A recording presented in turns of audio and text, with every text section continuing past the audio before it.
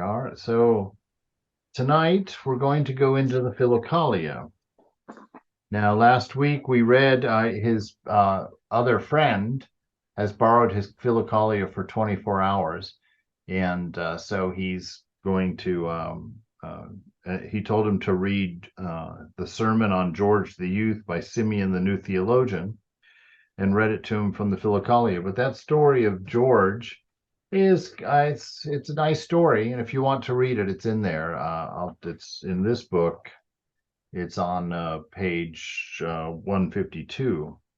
But at the end of that little story about George and his spiritual life, it's just the personal story of a young man who reached a very high spiritual ideal, and the means by which he did it was very simple. It's very much along the lines of Brother Lawrence, of always being in the presence and keeping your mind clear, keeping your conscience clear all the time. But at the end of that story, he gives us 3 methods of attention and prayer, which are rather interesting, I thought. I haven't read all the way through it, but I read far enough to think that there's something worthwhile in there for us. And so we'll take a look at it. So it's probably going to take us a few classes to get through there. It looks like there's a total of 9, it's 9 pages, 9 one-sided pages, 4.5 double-sided pages. But and see what we can find from Saint Simeon, the New Theologian. 3 methods and attention to prayer. There are 3 methods of attention and prayer. Now, attention, interestingly enough, is this awareness, obviously. So you can see that it's lining up very closely with some of the things we've read elsewhere. There are 3 methods of attention and prayer by which the soul is uplifted and moves forward, or is cast down and destroyed. That's the Christian part that always bothers me when it talks like that. Let me close my window. We got some noise. Hang on.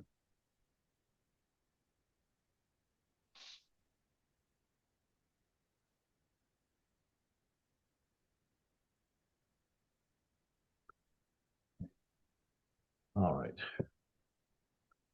There are 3 methods of attention and prayer by which the soul is uplifted and moves forward, or is cast down and destroyed. Whoever employs these methods at the right time and in the right way moves forward, but whoever employs them unwisely and at the wrong time is cast down. Attention should be linked to prayer as inseparably as body is linked to soul. So that's a very important teaching. He's starting off right away that as we do go into this communion state, as it were, kind of this internal reflection in the presence of the divine, the most important thing in there is that attention, that awareness, and that you shouldn't take that lightly. Don't let the mind wander. Don't become unaware. Don't slip into just random thinking. Stay awake, stay alert, and stay aware. Attention should go on ahead, spying out the enemy like a scout. It should be the first to engage sin in combat and to oppose evil thoughts entering the soul. So just that awareness, again, it's from the Vedantic perspective, the way we would say that is just what Swami Prabhupada says. That light of awareness is what sets things right within us. Because our nature is divine, when we live an aware and conscious life, we naturally tend toward that conscience, the life that would be pleasing to a conscience. Well, that conscience is really our higher nature. That's how you know that we're broken in duality, right? Because we have a conscience within us, this idea when we do something against our nature, it bothers us. The mind is bothered. If you have a fight with your best friend and it's all their fault, they deserve you to be angry with them, and you sit there, it's terrible, because really in your heart, all you want is your best friend back. But then when you start thinking about trying to reconcile that relationship or reconcile the problem, immediately the ego gets in and said, but they said this. and they were the one that did it. They should be the one that apologizes and makes it good. And so you sit there, not obeying your own conscience and fixing the thing and suffering the loss of your friend. And you sit there miserably because the ego won't let you obey your conscience, and you get stuck. And quite often in life we fall into a lot of vice because of that primal discomfort. We long ago violated our conscience, long ago ignored it and moved on without rectifying it. And that left pain in there. And there's a pain story, or what Eckhart Tolle calls the pain body. This life that we live contrary to our nature, which is constantly hurting us, but because we don't know what's going on and we're not willing to do what needs to be done to fix it, we start looking for distractions, things that take attention away, things that dull our awareness. And so he's saying here that as you pray, that you should place yourself in a complete awareness of all the conditions inside. And, one of the teachings of the Christ is that if you are making your offering in the shrine and you come to realize that someone holds something against you, that you haven't rectified something, he says, leave your offering where it is, get up and go reconcile yourself to your brother, and then come back and offer in the shrine. So it's that important. If you sit down for meditation or contemplation or prayer, all being the same, if you sit down for that and the first thing arises in your mind that you might have offended somebody, that you might have done something improper, and there's a way to rectify it, get up immediately and go make that. Don't say, oh, I'll sit and do my meditation first and then do that later. It's important enough to get up and do that immediately, do it right away, and then come back and sit in prayer, sit in meditation. Otherwise, there's going to be mental noise. There's going to be vrittis, thought waves, and you're not going to be able to still the mind, and you're not going to be able to resist getting caught up in thinking about the situation. And usually that getting caught up in thinking about the situation involves the ego trying to convince you that it wasn't that bad and you don't need to do anything necessary about it. Get over it, is what the ego is trying to say to you, because those are the kinds of problems that empower the ego. Those are the kinds of attitudes that empower the ego. And so the ego doesn't want you to reconcile and to fix those problems because it was their fault anyway, or it's not that big of a deal, or just sit here and do this anyway, it'll be fine. And we get stuck and ego grows. So he's saying here that it should be the first to oppose evil thoughts entering the soul. Prayer should follow in its wake, instantly exterminating and destroying all the evil thoughts with which attention has been battling beforehand, for attention alone cannot destroy them. So this whole notion of just these evil thoughts that they talk about here, evil is egoism. Evil is me and mine. So any of the thoughts that are swirling around me and mine, that identity between ourself and our mind, should most definitely be dealt with instantly, on the spot. On this warfare against thoughts by attention and prayer hangs the life and death of the soul.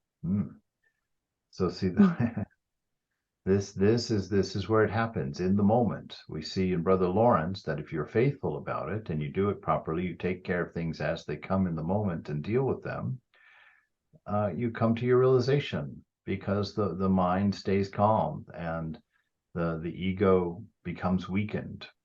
The more that you sit in that light, in the silence of your nature, the closer to the divine you become. The more that harmonic congruence begins to happen within, and you move closer and closer and transcend mind, and then become aware of all of the secret fruits that lie in that secret mind, that silent mind. And it's in this moment and your decision about whether you're going to do that right thing or that wrong thing or not, that determines the health of your soul in the long run. Those are your samskaras being made in real time, in this very moment. And so if you make bad samskaras, they come up and they choke you later. Those are the weeds that grow up and choke out the fruits of your spirit, of being of a spiritual nature. So on this warfare against thoughts by attention and prayer hangs the life and death of the soul.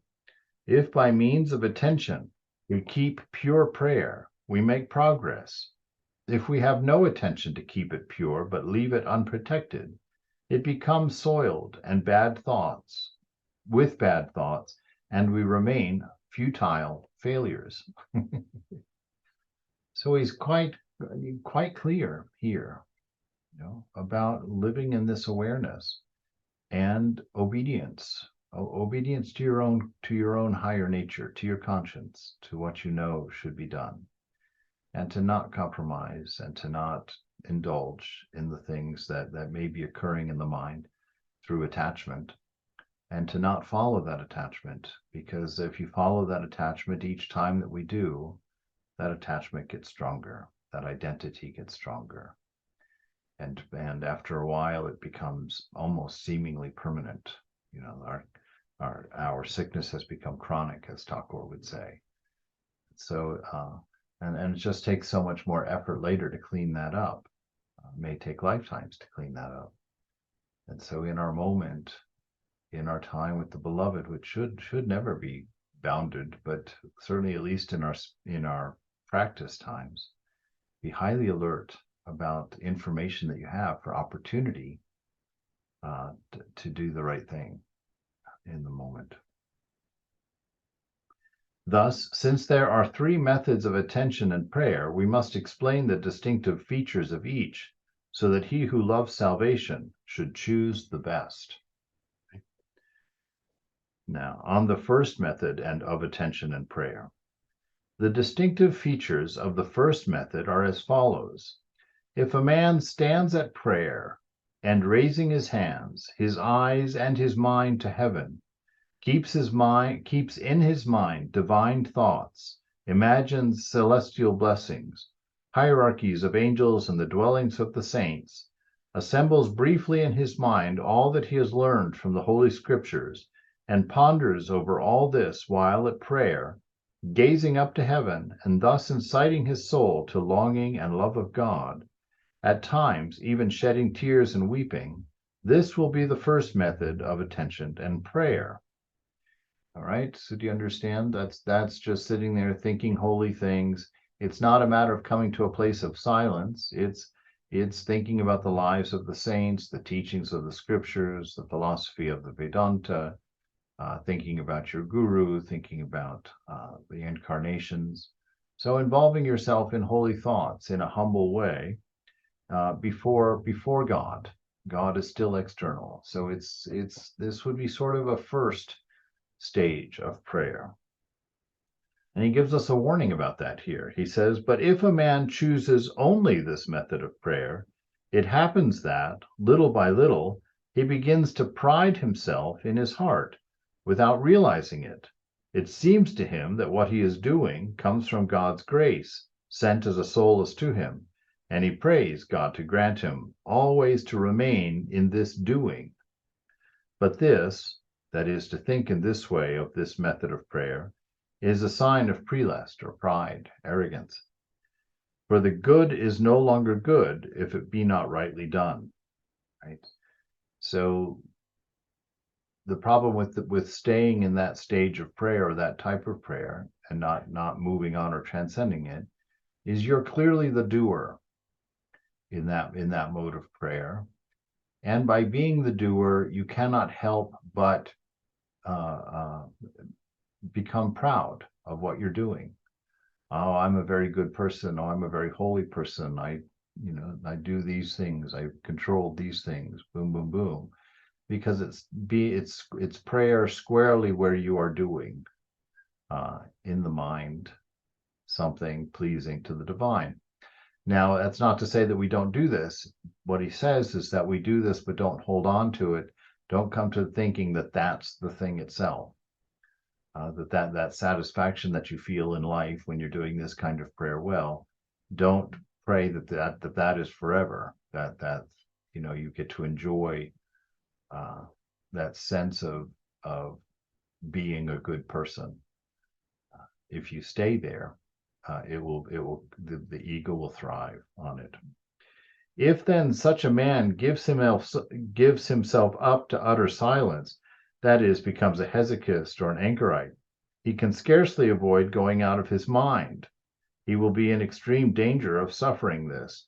So a hesychist is very much really what we practice in Vedanta in a way.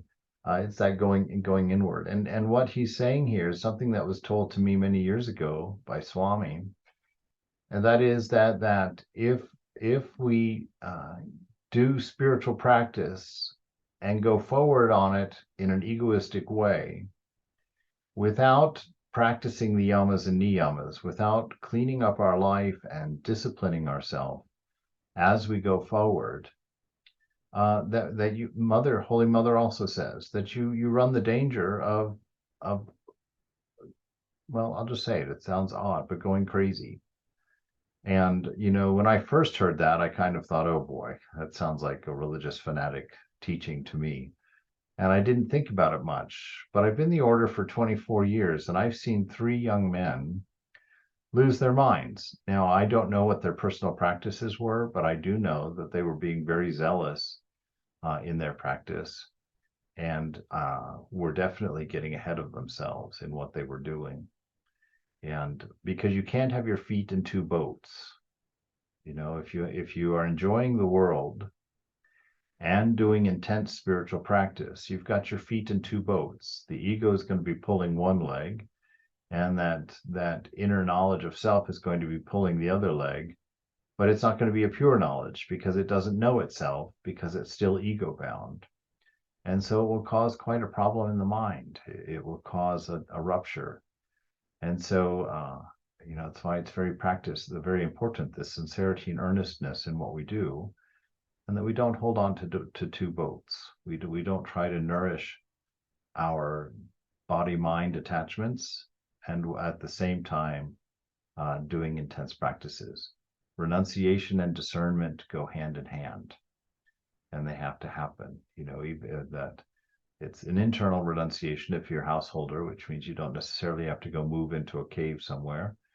But it is an internal renunciation, a real understanding and a discipline that you live in your life amidst all of the things that you have to do.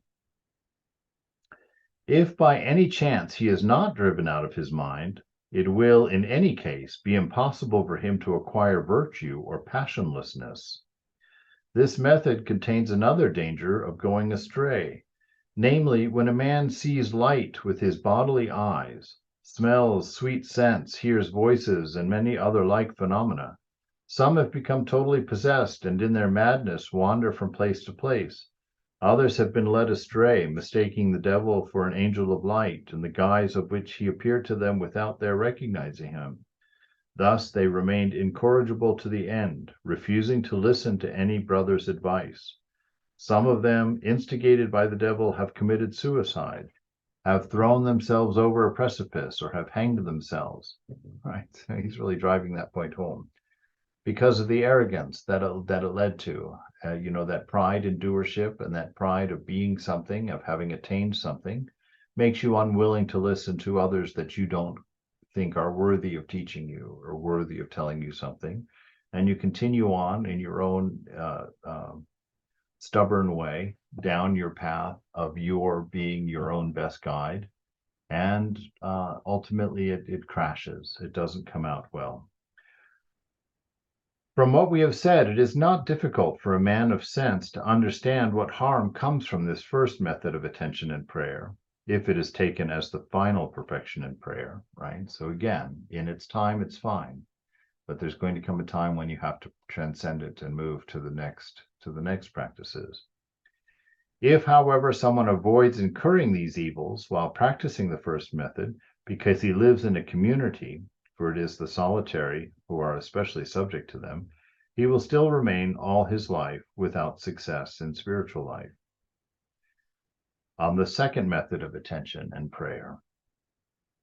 The second method is this: a man tears his mind away from all sense objects and leads it within himself, guarding his senses and collecting his thoughts, so that they cease to wander amid the vanities of the world. Now he examines his thoughts, now ponders over the words of the prayer his lips utter, that is his mantra, and now pulls back his thoughts if, ravished by the devil, they fly towards something bad and vain. Now, with great labor and self-exertion, strives to come back into himself after being caught and vanquished by some passion. The distinctive feature of this method is that it takes place in the head, thought fighting against thought. In this struggle against himself, a man can never be at peace in himself, nor find time to practice virtues in order to gain the crown of truth. So this is exactly what we were talking about this morning to some extent. It's when you try and vanquish the mind with the mind, that you see something wrong in the mind, and then you try and go in there and with the ego driving it, to go in there and battle yourself within the mind. We're going to see the third part of prayer is that transcendence, is that standing outside of the mind and understanding that those things in the mind will take care of themselves in time. That merely the attention, the stance of attention and remembrance of the divine, of God, of the divine presence, will comb the mind, will take all the tangles out. Don't get involved in the mind and the arguments and problems in the mind, because it's a trick of the ego to put you there.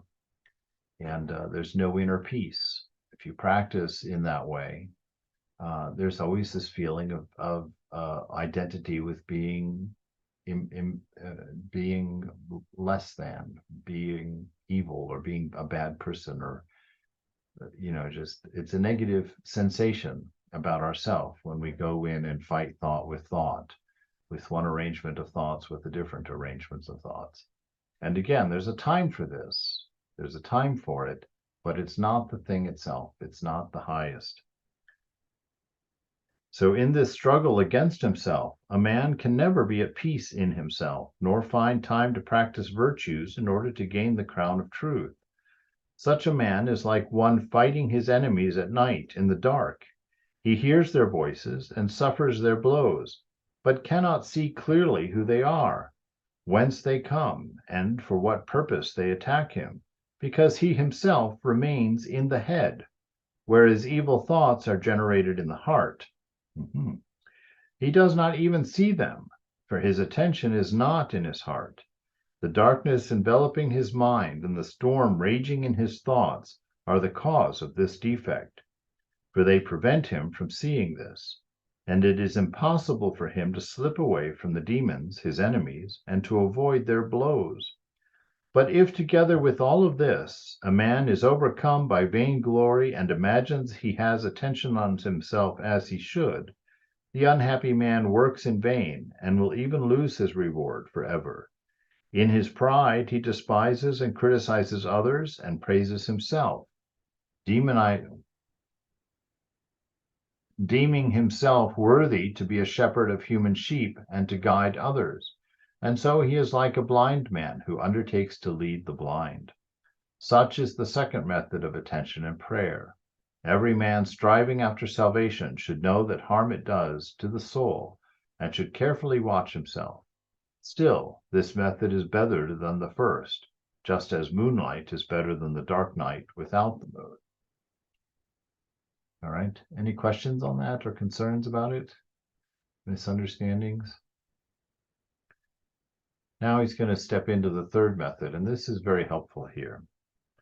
Truly, the third method is marvelous and difficult to explain, and not only hard to understand, but even incredible for those who have not tried it in practice. They even refuse to believe that such a thing can actually be. And indeed, in our times, this method of attention and prayer is very rarely met with. And it seems to me that this blessing has deserted us in company with obedience. If someone observes perfect obedience toward his spiritual father, toward your guru, he becomes free of all cares, becomes once and for all because once and for all he has laid all his cares on the shoulders of his spiritual Father. Therefore, being far from all worldly attachments, he becomes capable of zealous and diligent practice of the third method of prayer, provided he has found a true spiritual father who is not subject to prelest or to pride, arrogance, spiritual pride in particular. For if a man has given himself up entirely to God and has shed all his cares on God and his spiritual father, so that in his obedience he no longer lives his own life or follows his own will, but is dead to all worldly attachments and to his own body, what accidental thing could ever vanquish and enslave such a man? Or what worry or care can he have? Therefore, all the wiles and stratagems used by the demons to entice a man toward many and varied thoughts are destroyed and dispersed by this third method of attention and prayer, conjoined with obedience. For then the mind of such a man, being free from all things, has the necessary leisure to examine, unhindered, thoughts introduced by the demons, and can readily repel them and pray to God with a pure heart. Such is the beginning of true spiritual life, and those who do not begin in this way labor in vain without realizing it. So you see, he's described there in Christian terms exactly what we were talking about, constantly actually. He's describing that place of complete non-attachment. That's the place of no thought. The mind vrittis are calm because there is no identity with it. The me and mine has left it utterly. And it happens through strict obedience to the guru, a laying aside of any individual will, of any individual life, so that you sit and wait for life to unfold in the moment in front of you. You don't direct your life according to desires and ideas of what you want. You don't build it on desire. So this third practice of prayer, which he hasn't quite gotten into describe yet, is that ideal state, what that Ilich Chiara is writing all about in his book, The Silence of the Mind, and what Eckhart Tolle is also describing in there. So this complete detachment, this other vanquishing of the ego, subjecting yourself to your spiritual teacher, laying all of your cares on the beloved, and not worrying about things, not holding on to worries and problems. So he says this: the beginning of this third method is not gazing upwards to heaven, raising one's hands, or keeping one's mind on heavenly things. So it's not that first method of prayer of just filling your mind with positive spiritual things. These are, as we have said, are the attributes of the first method and are not far removed from prelest, which means they lead to spiritual pride. Neither does it consist in guarding the senses with the mind. So you're not keeping your identity, your ego identity, and going into the mind with the mind to conquer the mind. Neither does it consist in guarding the senses with the mind and directing all one's attention upon this, not watching for the onslaughts of the demons on the soul from within, right? Because living in this state, remember we spoke this morning, if you were there, what happens, silence within is our natural state, where the unmanifest, the presence of the beloved becomes manifest in us. And it's a state of absolute silence, a very profound immensity of silence within. And in that state, you can see thought before they're fully formed, before they have any real distinction, kind of like a little spark coming off of a fire. But when you are in ego mind, if the mind hasn't calmed down like that, you're unaware of thoughts at that level. Thoughts the thoughts you're fighting have already grown and become mature attachments, and they've brought up other thoughts that are related to them, and they've created a state of mind. And we have many of those states of mind within states of mind, for the normal person. And so if you're in there fighting in all of these states of mind, you're not grounded. You can't see these thoughts forming and rising. You can't see the enemy before he's fully armed and out on the battlefield. And quite often, I know in my own mind from that period of my practice that your mind lies to you, because it is attached and because it is still firmly identified as the egoistic self. And I found that if you go to war in this method that he was talking about from the second method of prayer, it's a lie, because you'll just go to war long enough to feel good about yourself. You'll exert yourself just hard enough to say, "Oh, I really tried. I'm a victim now. Let me turn to grace and be healed." So it becomes this cycle, where the desire builds and builds and builds and builds, and you're resisting and resisting and resisting and resisting, and you're going to war with it inside, and then eventually you lose that war, and then you take on piety and apologize to God, and, "Oh, I'm so sorry," and then you accept grace and move on, but the cycle Maharaj, begins. Yes, Kamala. what is wrong with that method though? I thought that is the method that we pretty much all follow, the path of meditation, because this is isn't that during meditation what we do kind of? We, Yes. No, well, yes. Now, be sure to know that all of these are valid methods of prayer, but they're all um, uh, they aren't the thing itself. Like, they should be periods that we go through and come out on the other end of. They aren't an instruction that is sound to follow for the whole path. It's like the practice will change from one to the next as we grow, and we have to you know keep moving through these three levels of prayer, because you have to come to that place in the heart, and that's he's going to get to that here in a minute, where we leave the mind and stand in the heart. And in the heart, that's the shrine. That's the shrine where you're separate from mind and separate from body, and it's just you and the beloved there in the practice of bhakti. It's you and the beloved, and the beloved is actually the silence. The beloved is actually the self with no movement, no change, that self. And in the company of that self, we become seers. We can see the mind long before the thoughts have really manifested in it. So yes, there is a place for this with at a certain point in practice, but it's not the final place, and it's a place to be moved through, is all he's but saying. we have to get through this to get to the third is what I was thinking. Through the meditation and the practice, we get to the last stage of surrender or the Yes, acceptance of, yeah. yes. If you're carefully observing and responding to the thoughts of conscience, and keeping your mind on the presence through mantra at that point, yes, you will naturally move through them as you go, most definitely. But if you don't have those elements, the earnestness and sincerity in there, and you're getting satisfaction, you're satisfied with those things, and you start getting wrong ideas, you still have a strong idea of yourself based on mind and body. You start to become strongly aware of yourself being spiritual, and if you do win these battles, you blame yourself for winning these battles.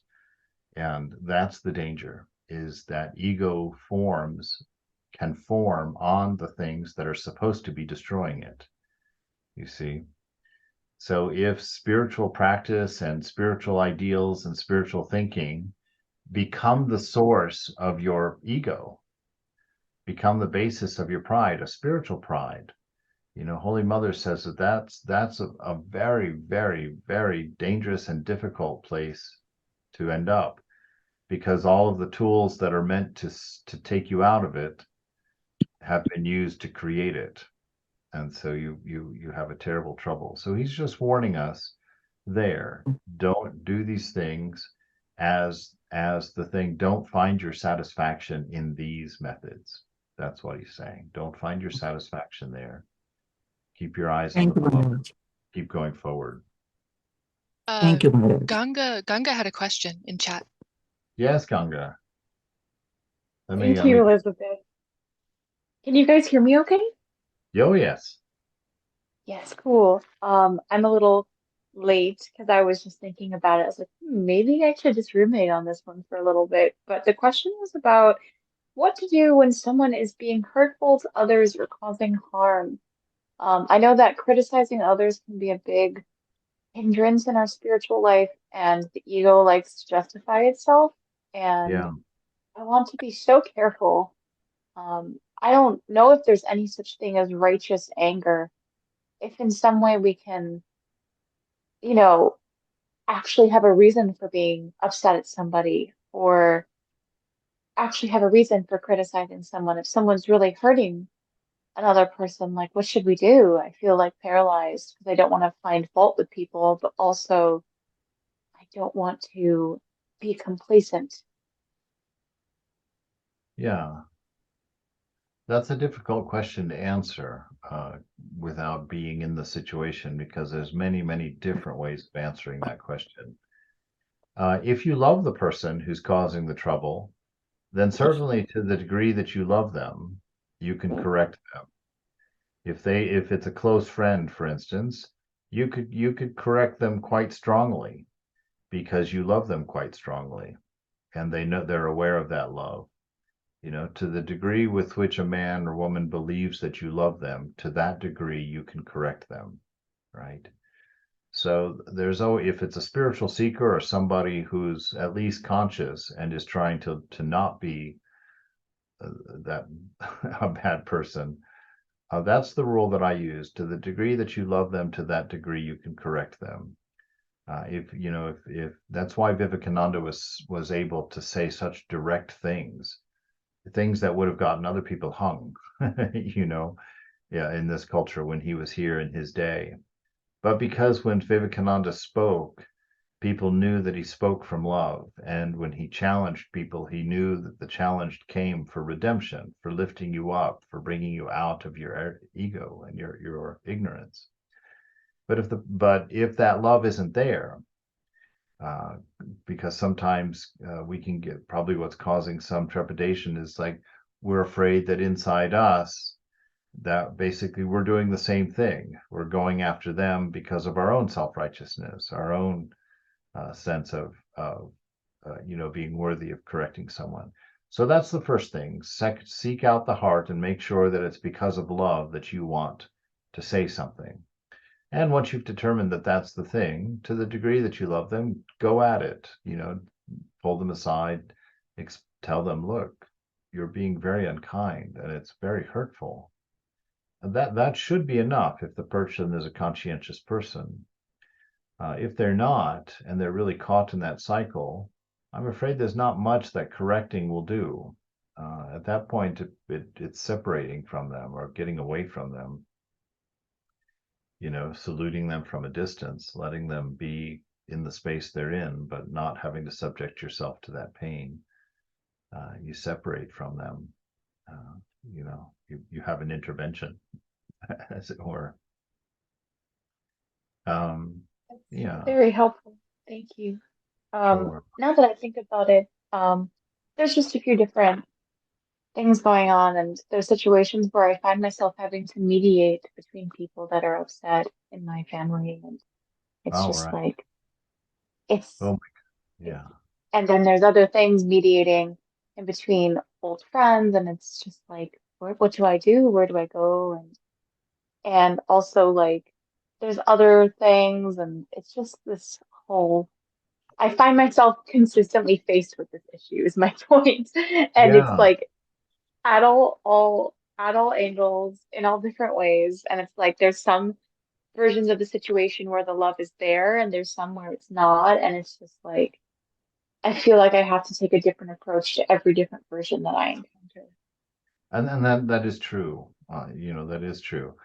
I would say one thing that occurs in the mind is that whenever you're going to correct somebody, the first thing to do is to mentally sit next to them, face the same direction. Don't oppose them from the start. The first part of it is sitting down next to them and trying to find in your own mind the place in their mind that they're standing, that from which they are acting. You understand what I'm saying? Yes.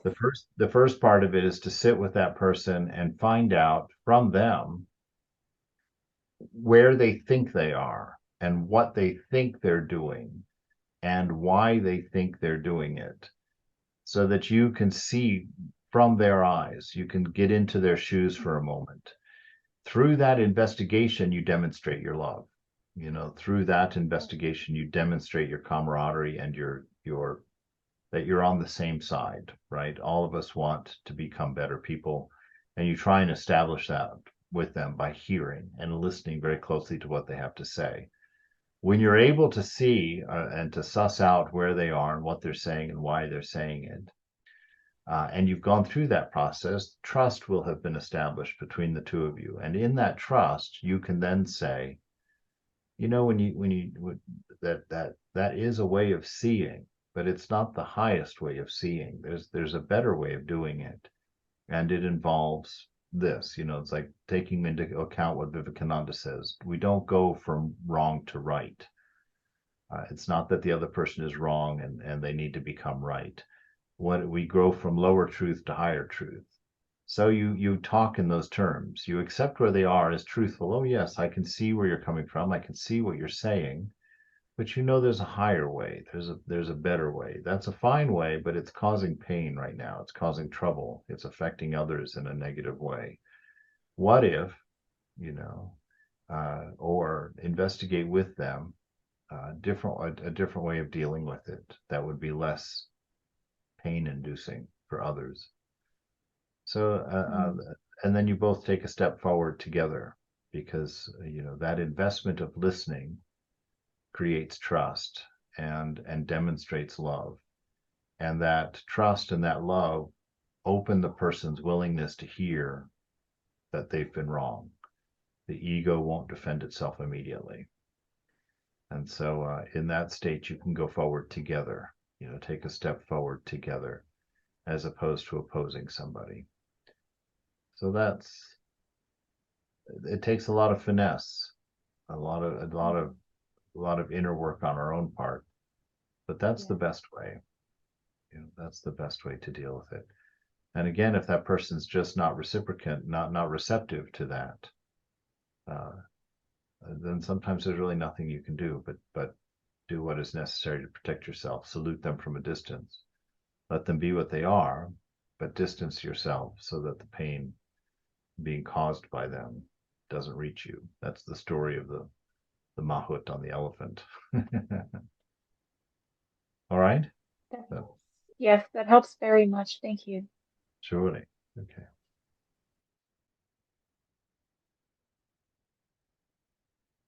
All right.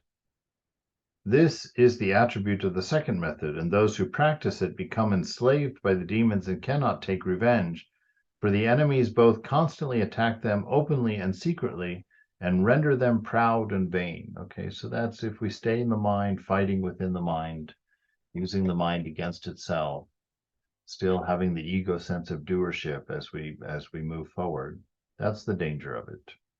We stay at a very shallow level of mind, and we don't become aware of the deeper truth in ourselves, and spiritual pride keeps us there. But you, beloved, if you want to be saved, begin to work this way. Let me mute everyone here. There we go. He says, you, beloved, if you want to be saved, begin to work in this way. Having established perfect obedience in your heart, which, as we have said, you must have toward your guru, toward your spiritual father, act in everything else with a pure conscience, as though in the presence of God. Right? So this is walking in the presence of the divine. For it is impossible to have a clear conscience without obedience. right? If you're not doing the yamas and niyamas, those practices, you're not leading a pure life, you're not making an effort to be disciplined and self-controlled, and clear in your thinking. You must keep your conscience clear in 3 respects. All right. So here are the 3 respects of conscience that have to be cleared in relation to God. All right. So that which you know from the scriptures, your conscience has to be clear, that you're not holding back, you're not disobeying the scriptures, that you are fully engaged with that. In relation to your spiritual father, which means in relation to your guru, to your teacher, you're sincerely and earnestly practicing, obeying what you're being taught by your spiritual teacher, by your guru. And in relation to other men, other people, so that if you're doing right to others, you're not acting egoistically, you have not violated your own sense of responsibility. Jesus says, in as far as it has to do with you, live at peace. If someone else doesn't want to live at peace, there's not much you can do about that. It's not your responsibility to reach over into their world. In as far as it has to do with you, live at peace. So don't hold grudges. Don't be passive aggressive. Don't be competitive. Don't be unkind. All of those things. So those 3 areas, you must keep your conscience clear in 3 respects: in relation to God, in relation to your spiritual father, and in relation to other men, as well as to things and objects of the world. Right? Now this brings to mind that wonderful teaching of Holy Mother. She saw a young brahmachari sweep the floor with the broom, and when he's done, he just tossed it aside. And she said to him, "What is this? That broom is also a member of our family. It should be treated with respect. When you're finished with it, put it away nicely where it belongs. Don't be disrespectful toward anything. Don't kick a cat. Don't hit the dog. Don't yell at the door." We in all the world, because ultimately, as we grow more sensitive inside, as our heart becomes more and more open, we see God even in the inanimate things. We see God everywhere present. The Ramakrishna's beautiful story about the young boy who's trying to catch a grasshopper, and the wind blows and the leaves rustle and make some noise. And the little boy turns to them and says, "Shh, I'm trying to catch the grasshopper." And Ramakrishna doesn't belittle that. He says, because it's our nature to see consciousness everywhere. And so that's exactly the right way to be in this world. Very gentle and very sweet and very, very respectful of everything. That's what happens naturally as ego subsides. As the ego gets smaller, we become ever more kind, ever more loving, ever more forgiving. And it happens ever more quickly, until in the end we don't even have to forgive, because it doesn't occur to us that somebody would do wrong to us. We return to that childlike nature. In relation to God, it is your duty to keep your conscience clear, permitting yourself no action which, to your knowledge, is distasteful and unpleasing to God. Do nothing that might be displeasing to perfect love. Do nothing that might be displeasing to perfect wisdom, and certainly don't violate existence. So then that's our first relation in relation to God. And we see this marvelously mirrored in Brother Lawrence, in his practice of the presence of God. He says this statement exactly, that I would never, in each moment, I would make sure that I would never do something that was not pleasing to God, or that would displease God. In relation to your spiritual father, do only what he tells you, allowing yourself to do nothing either more or less, and proceed guided solely by his will and intention. Yes. We see this in some of the stories about the direct disciples and their disciples. The disciple makes a decision on his own or decides to do something a little bit different because he thinks it's better. And Maharaj comes down really hard on them. It's like, no, I didn't tell you to do that. I told you to do this. And it's because really from my understanding, this relationship with the guru is primarily for killing ego. If we have our own self before we've purified ourselves, if we think that we're going to follow our own inner guru, before we're able to hear our guru, or even before we know what that inner guru is that silence. If we're not experiencing that inner silence, we're not going to be able to hear that guru, that teacher, that inner teacher. We're still going to be ego bound. And ego bound means that we're going to just choose practices that we like. We're going to choose a path based on what seems comfortable and what seems agreeable to us. That's the ego in charge of your spiritual life. That's a terrible idea. That which should be destroyed is the one calling the shots in your spiritual life. And that's why, oddly and ironically, people don't want gurus for this very reason. They're ego bound, and the ego does not want anything that opposes it or that weakens it. And so people I don't, always when people are told you have to have a guru, people get very upset about that. Why do I have to have a guru? You don't want to trust someone outside yourself.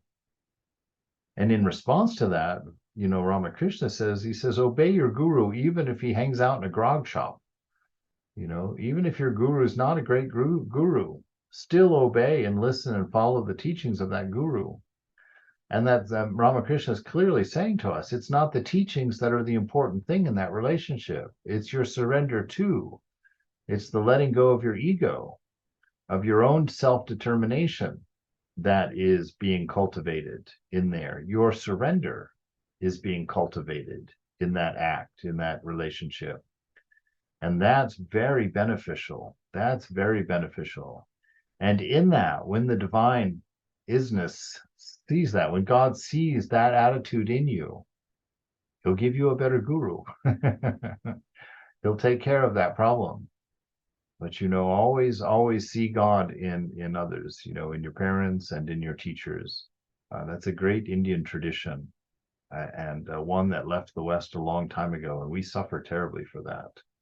So really hold on to that ideal in faith, that mother is in charge. Mother will ultimately take care of that. So always listen to your guru. If your guru says something, do exactly what they say. If you want to change something or add something or do something different, talk to your guru first. Get their agreement on it. Let them say, yes, go ahead and do that. Don't forge out on your own, thinking that you know best because you are the person doing it. That's egoism, and that's the biggest. It is the biggest war in spiritual life. And that ego is the veil. Thakur says that ego is the veil that blocks you from seeing the Divine Mother. And he tells that story about how Lakshmana couldn't see Rama because Sita was in between them.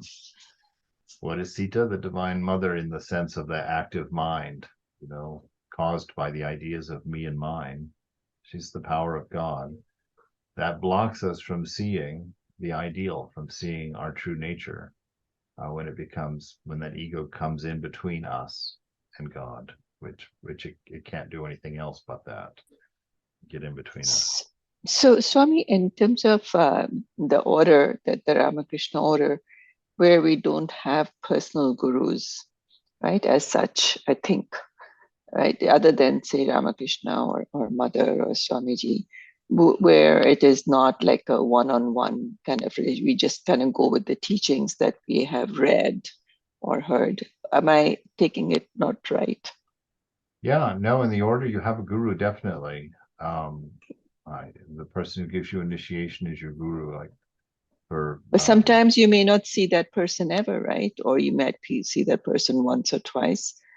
Or yeah, but you get those instructions from that person initially, and it's up to you to be in touch with that And when I took my initiation from Mataji, from Pravrajaka Moksha Prana, I only really got to talk to her for about 10 minutes in my whole life.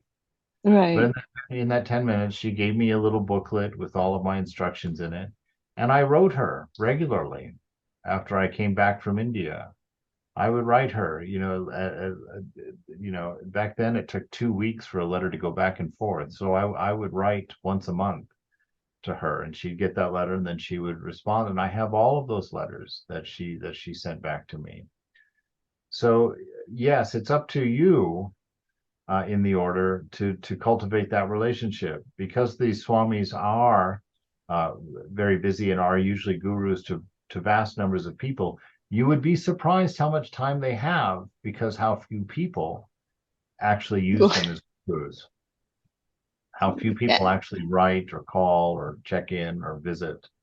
And if they're not alive, then?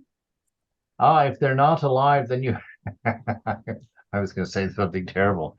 If they're not alive, you have an advantage. They've moved inside. You follow the instructions that they've given, and mother provides in that regard usually, or she has. It seems to me in that way, because both of my gurus, first I had Moksha Prana, and she passed away about a year after I took initiation, and then I was handed over to Ranganathananda, and he Yeah. became my guru, and then he passed away about a year later. And so at that point, I lived with Swami Prabhutananda. So Okay, that's what I was putting. I just decided, okay, Swami Prabhutananda, I'm not going to be reinitiated, but I'm Right. going to hitch my wagon to his horse. I'm going to learn from him. He's my guru. And I think in that way, we can take on many gurus. Okay, that's what I wanted to clarify. Yeah. Yeah, we can take on many gurus, but the thing is to see them as gurus and do it in the presence of the beloveds. Let the Yeah. beloved know that you consider these your gurus and your teachers. And then of course ultimately we outgrow a guru in the sense that we've been obedient, where the mind has quieted, and now we can hear the teaching that comes out of that inner silence. We can hear it and pay attention to it and move on with that. Oh my goodness. All right. So we're going to stop here with this relation to gurus Mhm. in relation in the levels of conscience. And we'll pick up with that again next week from there.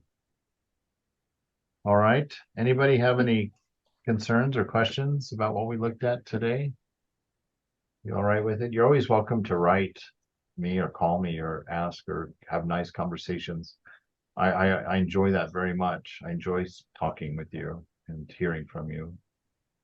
It's very helpful to me to have to sit and ponder, and it makes me very careful in my life. So it's very helpful, to have these conversations, because I really have to check my ego and check my own space and check where this answer is coming from, and learn how to be silent so I can quite hopefully hear the inner teachings in those situations. So don't ever be afraid to call or ask. It's never a bother to me. It's a great joy to me. I'm a cheerleader though, not your guru. Mhm. Don't forget that. So, all right. Thank you. Thank Sure. you. Thank you, Swami. Indeed. Be well. Thank you, Maharaj. Thank you. Yeah. Thank you all. Good night. Indeed. Thank you, night. Swami. Thank you all. Thank you. Good Yeah. night. Good night, everyone.